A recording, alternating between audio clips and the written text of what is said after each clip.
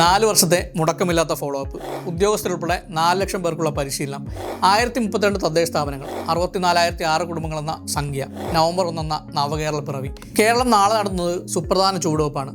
അതിദരിദ്രമില്ലാത്ത കേരളം എന്നത് ഒറ്റയടിക്ക് സാധ്യമാകുമായിരുന്ന ഒന്നല്ല. മറ്റൊരാളുടെയും സഹായമില്ലാതെ സാമ്പത്തികമായും സാമൂഹികമായും ജീവിക്കാൻ പ്രയാസപ്പെടുന്നവരാണ് മേൽപ്പറഞ്ഞ ലിസ്റ്റിലുള്ളവർ. അവർക്ക് നിവേദനങ്ങൾ സമർപ്പിക്കേണ്ട ഇടങ്ങളോ ഗ്രാമസഭയോ ലഭിക്കേണ്ട ആനുകൂല്യങ്ങളെ കുറിച്ചോ ഒന്നും തന്നെ ധാരണ ഉണ്ടാകണമെന്നില്ല. ഇനി എന്തെങ്കിലും തരത്തിൽ സഹായങ്ങൾ ലഭ്യമാകണമെങ്കിൽ തന്നെ ഹാജരാക്കേണ്ട മതിയായ രേഖകൾ കാണണമെന്നില്ല. നാളേക്ക് നീക്കിവെക്കാനായി യാതൊന്നും കയ്യില്ലാത്തവരാകും അവർ.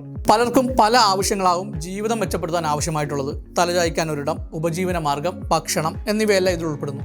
ആരോഗ്യ പ്രശ്നങ്ങളാൽ ബുദ്ധിമുട്ടുന്നവർക്ക് അങ്ങനെയും സഹായങ്ങൾ വേണ്ടി വന്നു. എങ്ങനെ ഈ പദ്ധതി നടപ്പായെന്ന് മാത്രം നോക്കാം. ഒരു സാമ്പിൾ എന്ന വേണം. തൃശ്ശൂരിലെ വടക്കാഞ്ചേരി മുനിസിപ്പാലിറ്റി, തിരുവനന്തപുരത്തെ അഞ്ചുതെങ്ങ് ഗ്രാമപഞ്ചായത്ത്, വയനാട്ടിലെ തിരുനെല്ലി ഗ്രാമപഞ്ചായത്ത് എന്നീ തദ്ദേശ സ്ഥാപനങ്ങളാണ് പദ്ധതി തുടങ്ങിയത്. ഇത് വിജയമായി. സ്വാഭാവികമായും പദ്ധതി സംസ്ഥാന തലത്തിൽ വ്യാപിപ്പിച്ചു. നീതി ആയോഗിന്റെ കണക്കുകളനുസരിച്ച് രാജ്യത്ത് ഏറ്റവും ദാരിദ്ര്യം കുറഞ്ഞ സംസ്ഥാനമാണ് കേരളം. 0.7% നമ്മുടെ കണക്ക്. 2021 അധികാരത്തിലെത്തിയ രണ്ടാം LDF സർക്കാരിന്റെ ആദ്യ മന്ത്രിസഭാ യോഗത്തിൽ തീരുമാനമായിരുന്നു ഈ പദ്ധതി. 2021 ജൂലൈയിൽ തന്നെ നിർണയ പ്രക്രിയ ആരംഭിച്ചു.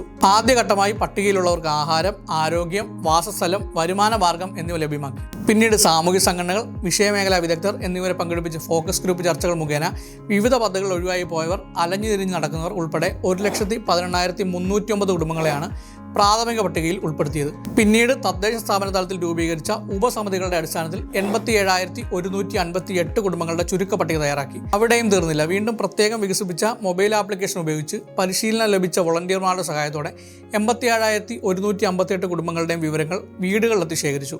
അങ്ങനെ ശേഖരിച്ച വിവരങ്ങളുടെ 20% പ്രത്യേക ഉദ്യോഗസ്ഥ സംഘങ്ങളെ നിയോഗിച്ച് സൂപ്പർ ചെക്ക് നടത്തി 73,747 കുടുംബങ്ങളുടെ മുൻഗണനാ പട്ടിക തയ്യാറാക്കി. ഈ പട്ടിക അതാത് ഗ്രാമസഭ, വാർഡ് സഭകൾ പരിശോധനയ്ക്ക് വിധേയമാക്കി.